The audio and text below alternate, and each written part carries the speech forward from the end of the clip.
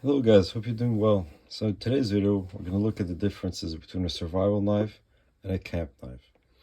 So this question was asked by one of my viewers, asking me what's the difference between these two types of knives. Well, obviously these knives share some commonalities. As you can see, they're close in same overall length.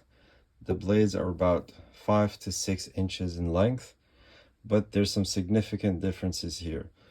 Let's start by the camp knife. So the camp knife's function is to perform all sorts of duties around camp. The camp knife needs to have the proper geometry in order to slice. So this is essential for your food prep tasks.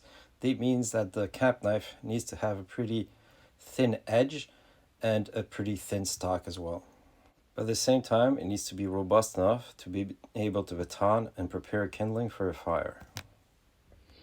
So this knife will still function pretty good at most wood prep tasks, like for example preparing kindling by batoning, but it doesn't really have enough weight to be a chopper. Whereas the survival knife here is much thicker, has here a 3/16 of an inch thick stock.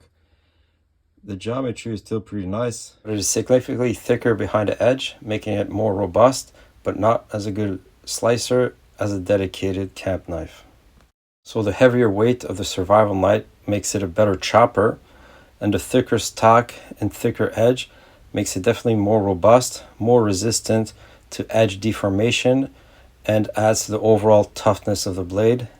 The survival knife definitely needs to be able to handle rough use, such as chopping through ice if you need to access water, but also gives it a lot of lateral strength to avoid gross breakage when you use your knife. So obviously each of these knives has its own function. We can't really say which one is better than the other. Really depends what you need it for. But if you need a general camp knife, I think here the Voyager is a great option, especially this new version that is extremely slicey here.